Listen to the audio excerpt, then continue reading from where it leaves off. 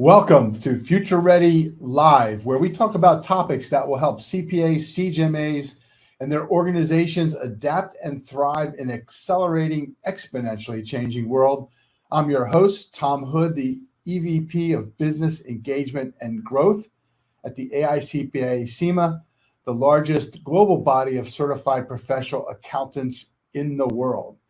Today, we're going to be talking about the finance transformation Insights from the Future of Finance 2023 Summit. And joining me is a special guest, Sam Mambo. He's the Vice President for Budget Performance Review and Strategic Planning at the World Bank. Since July 1st of 2023, in this new role, Mr. Mambo oversees the World Bank's annual program budget and all funds, including the administrative budget, for bank budget funds, trust funds, and reimbursable funds, ensuring resources are aligned with the institution's strategic priorities, financial sustainability objectives, efficiency targets, and business needs. He also serves as a top advisor to the World Bank's senior management team on resource management allocation, leads the financial planning and performance review process for the institution's multi-year strategy and business outlook, and ensures the institution operates within budget. Prior to the World Bank, Samuel held positions at the Bank of Zambia and PricewaterhouseCoopers. He holds a PhD in public administration from the University of Manchester, an MBA in finance, University of Nottingham, a BSc in accounting from Copperbelt University in Zambia, and he's a fellow of the Association of Chartered Certified Accountants, FCCA, in the UK. Sam, say hello to our audience. Hi, Tom, and thank you very much for this invitation. I look forward to this conversation. Me too, and it's so great to have you on here. And I think back to the first time we met, which I think might have been like the first week you were on the job when we addressed the World Bank. But let's first talk a little bit about the World Bank and what it does and what's your role in supporting it. The World Bank is a global multilateral development bank that provides development financing and knowledge products to developing and middle-income countries with the sole mission of ending extreme poverty and boosting shared prosperity on a livable planet. Established in the aftermath of the Second World War, we've been in the development business for a long time. My job as World Bank Vice President for Budget Performance Review and Strategic Planning mainly entails making sure that we're aligning the World Bank's budget with its strategic priorities, financial sustainability objectives, efficiency targets, and business needs. In an environment where needs are really constrained, this keeps us busy. I bet, and it's so cool to be working with you on our Future of Finance work as we're doing right now. So let's talk a little bit about that, because we met at the session that we did for you in September of 2023. And if I remember, the title was Riding the Waves of Transformation, Trends, Insights, and Actions from Our Future of Finance project. And for us, that was an interesting time because we had never presented to an organization like the World Bank. And I want you to talk about the session and how you saw what the outcomes were. We did a whole lot of polling with your group. And I think if I remember, it was probably about 300 people there. So talk a little bit about what you noticed and what came out of that session. That session was really timely. The World Bank finds itself in an environment of extreme uncertainty. And I think that session was a perfect eye-opener because it reaffirmed your key message during that session that says we can't stop the waves that are coming, but we can certainly learn how to surf. Three things are very clear to us and are shaping the action since then. Firstly, the financial tools we are using are evolving significantly, and we have to keep up with that. Secondly, the environment will continue to shape the finance specialists of the future. We can't be static, and therefore we must consistently change our mindset about how we acquire skills, how we develop them, how we renew them.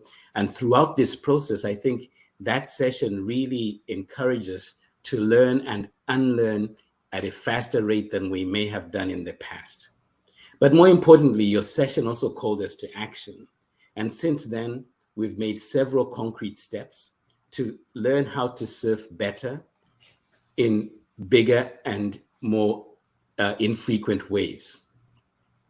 Now, on our way forward, we're doing three things which are really critical to making sure that we are stronger and better prepared for the uncertain future we face. Firstly, we are updating our competency framework, making it future ready. And I really love that term. And aligning it to our new mission and vision for the institution, as well as for my department. Secondly, we're reskilling, we're upskilling our existing staff, making them future ready. It's never too late to upskill.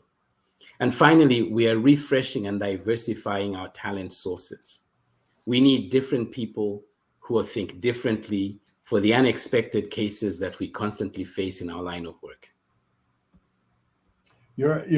Sam, that's an exemplar of what we believe the future of finance holds. So it's just amazing how all of what you're working on fits what we're seeing with all these major corporations that we're doing. And you articulated that so well. So I want to invite you to talk a little bit about, then you joined us at our Future Finance Summit in Orlando just this past December.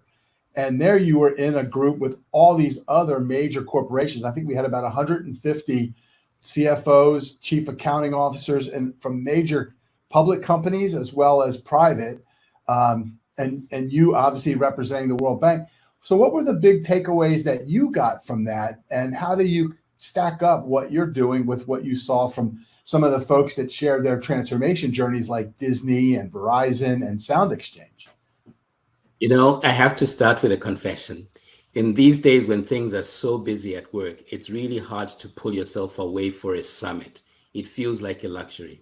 But I'm so glad I went to Orlando, because one thing it taught me is that there is so much to learn in these summits that avoids us trying to reinvent the wheel every time. In Orlando specifically, I love the fact that I was able to meet and listen to practitioners who have walked this journey before. And I think the four things I took away is really the importance of looking at data differently. All of our organizations collect a massive amount of data. Being purposeful about how we use that data was a big takeaway.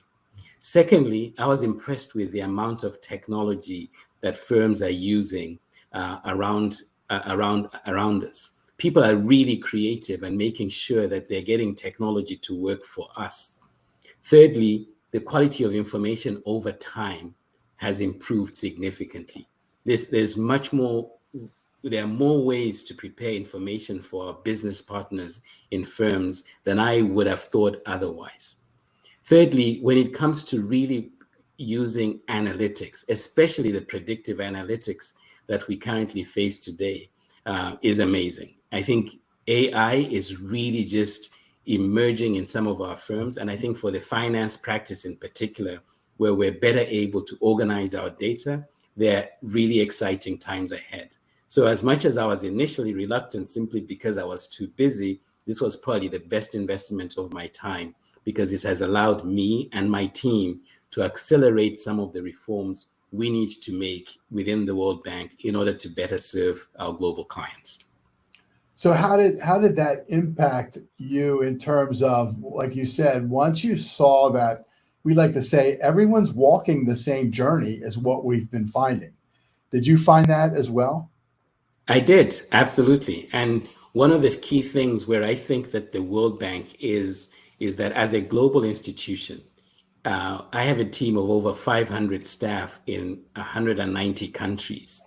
And getting that number of people to move from just being scorecard keepers or transactionally focused to moving towards where we need to be, which is providing trusted advice on financial analysis and business planning, making sure that we are efficiently and effectively financing the World Bank's activities towards its mission in an environment of limited resources was exceptional. And so it gave me a level of reassurance that as difficult as starting some of these journeys can be, the rate of acceleration once you're on this journey is great. And I think the community that is available of people generously willing to discuss and share experiences allows us to leapfrog some of these steps that many others have taken, which are long overdue for the World Bank, and I think will certainly serve the institution much better for years to come. And I think by virtue of you being part of this group, you'll be helping to teach others who are just starting their journey about, hey, they might be able to do it even better, right? That's the beauty of this community that we're seeing that's continuing to grow. This was our third year, and you're just explaining exactly what people are getting out of it, which is to be able to see what others are doing, and then take some of those great ideas and see how you can bring them back. Which in fact you're doing at the World Bank. So let's talk a little bit about that, because you definitely talked about this idea of being a finance business partner and the need for those new skills. Can you just do a little quick update on how you're thinking about those skills and what you're doing from that standpoint? Absolutely. I mean, one of the key things about being able to engage with a forum like this one is I'm willing to share, because I also want to make sure that I interpreted what others have done appropriately for my institution. So I love these question and answer sessions because it does force you to think carefully about it. Look, there's a large agenda ahead of us. And what we've done at the bank is go back to basics, start with our staff. And I think the session on riding the waves of transformation not only increased the level of curiosity, but also excited people in terms of thinking about what is to come, and also being comfortable with the fact that we may not have all of the answers right ahead of us. So in going back to basics, this has meant updating the competency framework, as I had mentioned earlier, but also then doubling down on the learning curriculum, making sure we've got something that's tailored for new staff who are new to the team. I want them rotating in the different departments, acquiring the skills of just basic understanding of what we do, looking at some of our more experienced staff and giving them the opportunity to double down on leadership skills, on people skills, and really digging down on areas where they may wish to specialize. What I'm looking for is diversity of skills, but also agility, the ability to change and to be adaptable. And I think we are beginning to build that momentum of keeping our staff engaged. Now, one of the challenges we have, as any finance professional will no doubt know, is that even as you are reforming your own team, it doesn't absolve you from the responsibility of making sure that you are supporting the institution with a day-to-day job of actually preparing a budget and getting it approved. And this is something that we've been doing in the bank. We've shortened the budget cycle. We've made it much more strategic.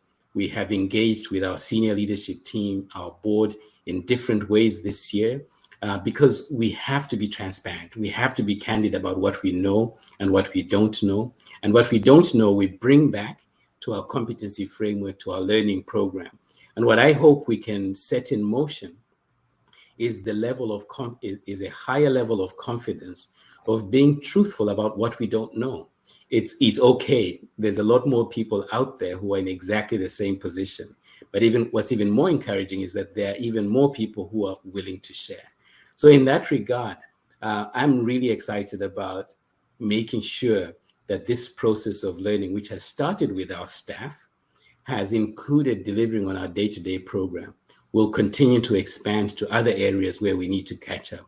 This means looking at all of our policies and procedures. We are an old institution, and if there's anything that a good bureaucracy is very good at, is actually implementing new policies, but very poor at taking out old policies that are no longer relevant.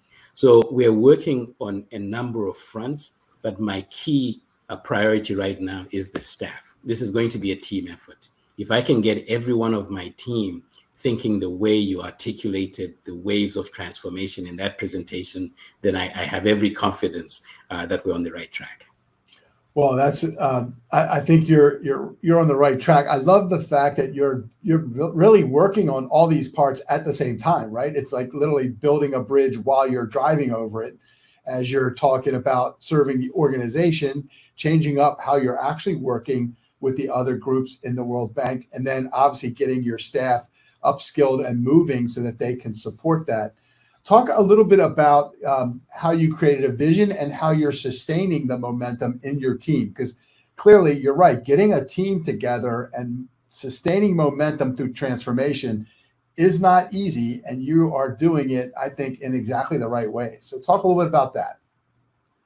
We're not fully there yet, but I think one of the things that helped was just getting the right advice, identifying the right people to give you the insights you need to get the process going is probably about the right place to start. After that, it involves sort of working on three fronts. 1/3 of the time is really focused on stakeholder management. I spend a lot of time with board members collectively, individually, getting to understand what they expect of us, what they think is essential for the institution. This includes our leadership team, our president, our managing directors, our vice presidents. I spend a lot of time with them to really understand their needs. 1/3 of my time is looking at the existing work program. You can learn a lot as you implement things. As we fly the plane, we listen to the sound the engine is making. As we listen to what the conversations the passengers are having, and we take that feedback in real time. We've learned that we're better off starting off with small projects rather than big, grandiose projects that take a lot of time in design. So being comfortable with real-time correction is essential. And then 1/3 of that process is investing in your staff.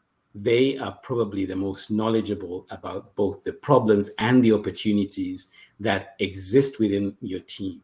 So the process of updating our mission, developing our competency framework, developing the learning program, identifying the policies and procedures we need to update, as well as selecting the technologies that are going to get us ahead, has all been staff-led. We've used a lot of staff groups, a lot of teams who have years of experience. And as you double down on a staff-led reform program, it's absolutely essential that you find an external partner to act as your mirror, to check in from time to time. Does this mission statement sound right? And there's some amazing mission statements out there in industry, and we're using this to just double check constantly and frequently to make sure that we remain on the right track. But ultimately, and I think this is one of the things which has certainly sustained us over the last month, is you've got to get staff excited. It's that staff excitement. You walk into the room, you look at the list of impossible problems that you need to tackle. And it's just that one staff member, that one analyst who's unaware of the hurdles, who says, let's get on with it. And that keeps us going. And I'm really excited about what we have to do. It's a large institution. I have a large team, and shifting a super tanker takes patience. It takes a while to see the shifts taking place. But once the movement starts, and I think we're just at that point where there's real momentum behind the changes we're making, that's satisfying to see, even though I know that this is but the first step of a long journey ahead of us. Well, Sam, you're truly a very authentic leader, sharing those thoughts, right? And saying that you don't have all the answers. I don't think any of us have all the answers, but I think together we'll figure it all out. And I feel like you're doing some yeoman's work on how you're trying to lead this transformation. I think everything you've said. So this whole episode is going to be chock full of advice to all of our audience out there on how to lead a finance transformation. And we're honored to be on the journey with you and having you as part of our Future of Finance Leadership Advisory Group. And we'll be looking forward to seeing you on our annual or every other month meetings, and then our summit this coming year in December. So with that, I want to thank you very much for giving us your time today and being willing to come on here and share your thoughts. So thank you very much. Thank you very much, Tom. It's a real honor to be part of this session. And I truly value the role that you play mentoring institutions and being that mirror that really shows the full landscape of what's possible out there. I love this program, and I do look forward to all of the sessions that are lined up during the rest of the year. I'm there to learn, I'm there to share. And I think this is an exciting journey for our staff, for our institutions, and for the profession as a whole. Thanks again. You're awesome. And by the way, for my audience out there, you can probably catch Sam. He's going to be with me and Barry Payne at the Engage conference in the finance track in early June. We'll put some of that in the comment piece. You can follow him on LinkedIn at Samuel Munzeli Mambo. And thank you all for joining me. And don't miss other Future Ready Live sessions back here on LinkedIn the first and third Tuesday of each month at noon Eastern. Thank you.